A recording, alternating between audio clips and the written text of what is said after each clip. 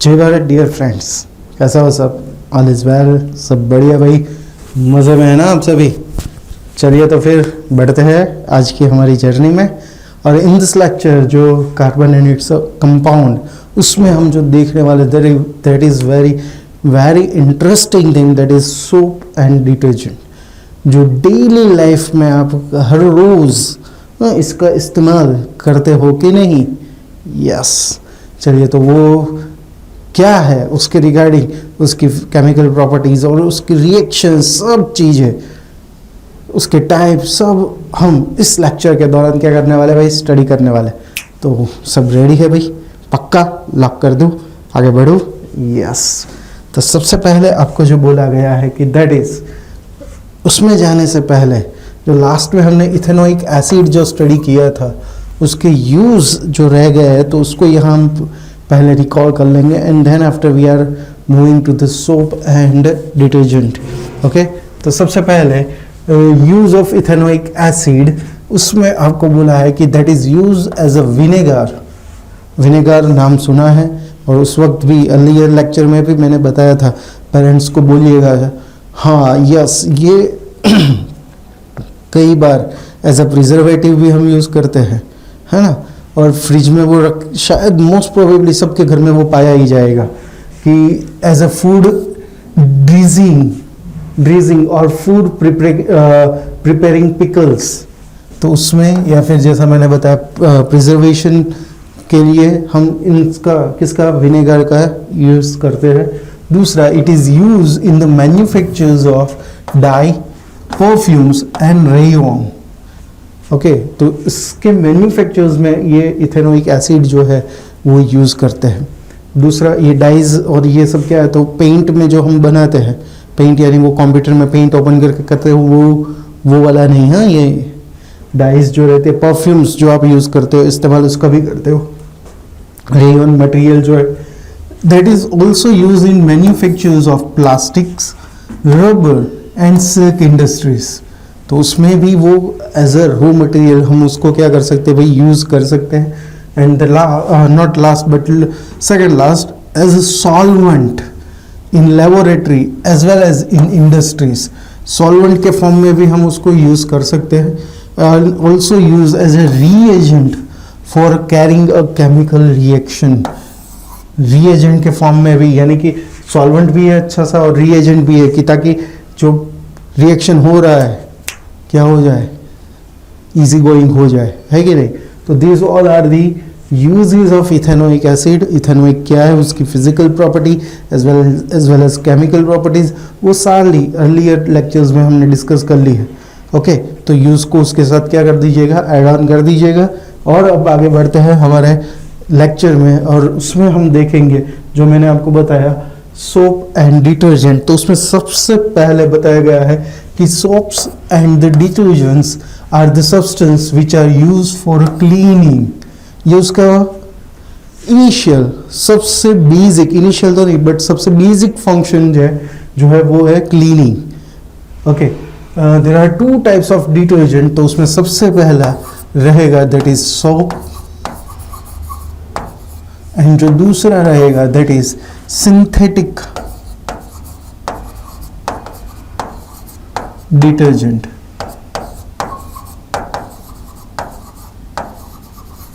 Okay, these two types of detergent, soaps and synthetic detergent. One by one आगे बढ़ते हैं उसमें सबसे पहले जो हम डिस्कस करने वाले हैं that is for soaps. Soap are the sodium और पोटेशियम सॉल्ट। सोडियम या फिर पोटेशियम सॉल्ट है of long chain of fatty acid. Long chain, और लॉन्ग चेन क्यों? क्योंकि उसमें जो कार्बन एटम रहेंगे वो 16 to 18 जितने रहेंगे, 16 to 18 कार्बन एटम। तो देख लीजिए वो सीरीज याद कीजिए, अल्केन, अल्कीन, अल्काइन। तो उसमें फर्स्ट मीथेन, इथेन, वो तो अल्केन सीरीज के नाम बता रहा हूँ, पर मैथ, ईथ, प्रॉप याद आ रहा है? 10 तक हम गए थे, हेक्सा तक याद आ रहा है? यस। तो वैसे ये 16 to 18 कार्बन एटम, ये जो fatty acid containing long chain to 16 to 18 carbon atom. The common fatty acids are, तो उसमें सबसे पहले यहाँ आपको जो बोला गया है और उसको साथ हम डिस्कशन करेंगे। Sodium palmitic soap is a sodium salt of a long chain saturated carboxylic acid। Saturated है भाई सोडियम palmitic, इसमें जो कार्बन रहेगा वो C15 रहेगा, C15 H31 COOH, that is the formula of palmitic acid। ये अगेन कैसा है भाई, सैचुरेटेड है कार्बोक्सिलिक एसिड। सोडियम स्टीरेट, ये सोडियम पाल्मिटिक था उसका सोप, ये sodium stearate soap is a sodium salt, ये भी सोडियम सॉल्ट ही है, ये भी सैचुरेटेड है, saturated and unsaturated hydrocarbons that you know, and that is called stearic acid. और उसमें जो कार्बन रहेंगे वो C17 H35 COOH। So that is the formula of stearic acid। And the last one, sodium oxide soap is the sodium salt of long chain। यहाँ पर ध्यान दीजिएगा, that is unsaturated fatty acid। ये दोनों जो है वो सैचुरेटेड फैटी एसिड यानी कि कार्बोक्सिलिक एसिड था और दूसरा ये सैचुरेटेड फैटी एसिड था। ये जो है owlet that is unsaturated fatty acid और उसका जो फॉर्मूला रहेगी that is C17 H33 COOH, C17 H33 COOH।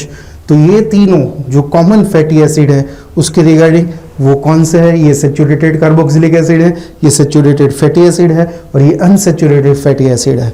तो ये तीनों जो कॉमनली फैटी एसिड के फॉर्म में यूज होते हैं कहाँ पर, सोप में। क्लियर है, पक्का। इसको यूज करके हम सोप बनाते हैं। और आपको याद हो तो हमने जो प्रीवियस लेक्चर में इथेनोइक एसिड की जो रिएक्शन देखी थी, हाँ, अल्कोहल के साथ, याद आ रहा है? ते हैं आगे। अब जो देखेंगे that is the structure of soap. तो स्ट्रक्चर में आपको बोला गया है there are consist of 2 parts. तो कैसे 2 पार्ट्स? तो यहाँ पर मैं अभी C15 वाला जो था हमारा कंपोनेंट, कार्बन कंपोनेंट, उसकी रिगार्डिंग यहाँ डिस्कशन करूँगा। तो उसमें आपको बोला गया है CH3, पहले वो पूरा लिख देता हूँ।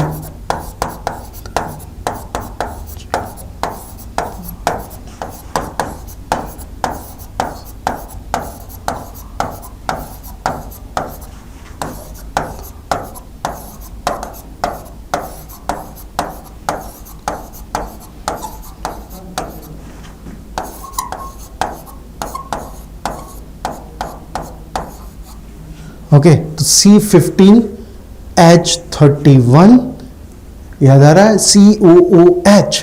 पर आप बोलेंगे सर वो COOH की जगह पर आपने ये COON है, तो ये ऐसे रहता है C double bond OONA। Okay, तो ये क्यों लिख दिया? तो इफ़ यू मेमोराइज कि अर्लियर जब हमने डिस्कशन की थी तो सल्फोनिफिकेशन रिएक्शन हमने देखा था, एस्टर इथाइल इथेनोएट का रिएक्शन NaOH के साथ होके हमें क्या मिलता था? सोडियम इथेनोएट, याद आ रहा है? यस। तो वही चीज़ ये है, मैंने डायरेक्टली लिख दिया है भाई COONA। याद कीजिए वो अर्लियर इथेनोइक एसिड वाला हमारा जो लेक्चर था उसको वापस ऐसा है तो दोहराइएगा। तो यहाँ क्या बोला है कि there a long hydrocarbon chain. तो यहाँ पर लॉन्ग हाइड्रोकार्बन चेन कौन सी है भाई? ये वाली। तो ये लॉन्ग हाइड्रोकार्बन चेन कहाँ तक की? यहाँ तक की। तो that is known as the hydrophobic.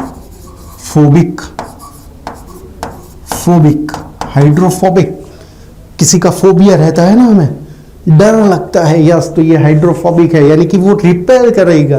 That is water repelling and that is also known as the non polar tail. इसको हम क्या बोलेंगे? Non polar tail. कहाँ तक? अगेन यहाँ से लेके यहाँ तक। और ये जो पोर्शन है तो ये जैसे हाइड्रोफोबिक था, पानी को रिपेल करता था, तो ये है हाइड्रोफिलिक,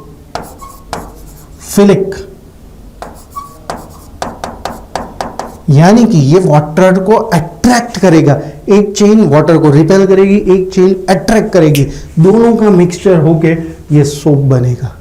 समझ में आ रही है बात? Hydrophobic, hydrophilic. और ये हाइड्रोफिलिक को हम क्या बोल सकते हैं? That is ionic part of that which are water attracting and that is known as the polar head.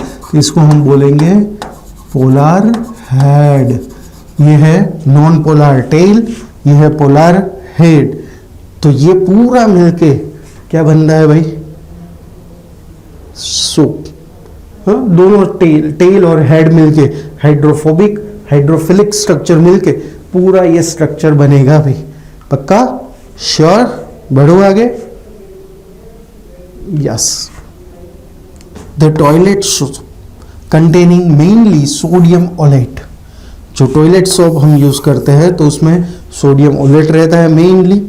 दूसरे, soap use for other household purpose generally consist of mixture of sodium palmitate and sodium stearate. तो sodium oleate mainly toilet soap में हम use करते हैं और बाकी household purpose में sodium palmitate and as well as sodium stearate को हम क्या करते हैं भाई? यूटिलाइज करते हैं। Shaving soap and other soft soap. Shaving, आपके पेरेंट्स, आप भी अभी 1-2 साल बाद आप भी शेविंग करने लगोगे, बट आपके पापा जो सेविंग क्रीम यूज करते हैं, या फिर घर में कोई छोटा बेबी है तो उसको नहलाने के लिए जो हम सोप या फिर जो भी हम चीज़ें इस्तेमाल करते हैं तो वो एकदम कैसी रहती है? जेन्युइन। जॉनसन बेबी नाम वेरी फेमस है, उसकी प्रोडक्ट हम यूज करते हैं फॉर द स्मॉल चाइल्ड, है कि नहीं? सॉफ्ट सोप, तो वो मिक्सचर ऑफ पोटेशियम सॉल्ट, वो किसका मिक्सचर है भाई? पोटेशियम सॉल्ट का, ऑफ हायर फैटी एसिड। उसमें जो फैटी एसिड रहेगा वो उससे भी ज्यादा रहेगा। क्लियर है? तो this 3 varieties, toilet, house hold purpose and soft soap. तो ये उसकी वेरिएंट पोजीशन, कौन सा कंपोजिशन, उसके अंदर के जो फैटी एसिड्स रहते हैं वो वेरी प्रोपोर्शन में रहता है और उस हिसाब से फिर जो सोप बनता है उसको हम डिफरेंट पर्पज में क्या करते हैं भाई? यूटिलाइज करते हैं। क्लियर है? पक्का? श्योर? आगे बढ़ो। Next, preparation of soap. तो उसमें आपको बोला है that is made from animal fat और अ वेजिटेबल ऑयल। आप एनिमल फैट का भी वहाँ इस्तेमाल कर सकते हो या फिर वेजिटेबल ऑयल्स। तो मोस्ट प्रोबेबली जो हम सोप यूज़ करते हैं उसमें ये जो वेजिटेबल ऑयल्स जो है उसी से वो क्या रहता है भाई? प्रिपेयर होता रहता है। Fat and oils are esters of higher fatty acid and glycerol. तो यहाँ पर ये जो ऑयल्स है, फैट या फिर ऑयल को हम जब यूज़ करेंगे, okay, that is the ester. तो आपको याद हो तो हमने ये एक एस्टर CH3COO C2H5 याद आ रहा है? ऐसा कोई एस्टर हम स्टडी किए हैं, उसका रिएक्शन NaOH के साथ करवाया तो रिएक्शन होके क्या मिला था? CH3COO Na plus CH3COO Na, यानी कि Na इधर जुड़ गया और ये C2H5 है वो इसके साथ जुड़ जाएगा C2H5OH। तो ये OH यानी कि इथेनॉल, मीथेन के बाद 2 कार्बन है, इथेनॉल हो जाता है। तो ये इक्वेशन ऑलरेडी हमने इथेनोइक एसिड वाला जो टॉपिक है उसमें डिस्कस की थी। इस इक्वेशन को हमने सपोनिफिकेशन नाम दिया था, याद आया? बस वही चीज यहाँ है। फैट या ऑयल को हम किसके साथ रिएक्शन करवाएंगे? When fat and oils are heated with sodium hydroxide, यानी कि जो मैंने यहाँ NaOH लिखा वही प्लस NaOH, जब उसके साथ उसका रिएक्शन होगा they form a sodium salt. तो रिएक्शन होके, जैसे यहाँ आप देखते हैं ना, इसको हमने क्या नाम दिया था? याद कीजिए, सोडियम इथेनोएट। याद आया? Yes, very good. तो यहाँ पर हमें क्या मिलेगा, सोडियम सॉल्ट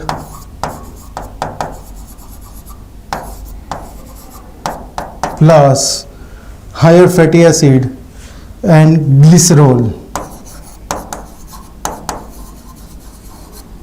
समझ में आई बात? पक्का? श्योर? तो that is the main reaction. ऐसी रिएक्शन टेक प्लेस होती है, उसको मैंने यहाँ एक फॉर्म जो हम अर्लियर स्टडी करके आए उसके साथ यहाँ मैंने उसको क्या किया है, सिंप्लीफाई किया है। पक्का? तो प्रिपरेशन ऑफ सोप समझ में आ रही है भाई? इजी है ना, डिफिकल्ट नहीं है एकदम से। पक्का? श्योर? आगे बढ़ो। हाँ सॉरी, ये थोड़ा ओवरलैप हो रहा है तो उसको मैं क्या कर रहा हूँ, इरेज कर रहा हूँ। ओके, तो क्या बोला है कि ग्लिसरॉल जो यहाँ मिल रहा है, okay, obtain during the saponification is very useful by product.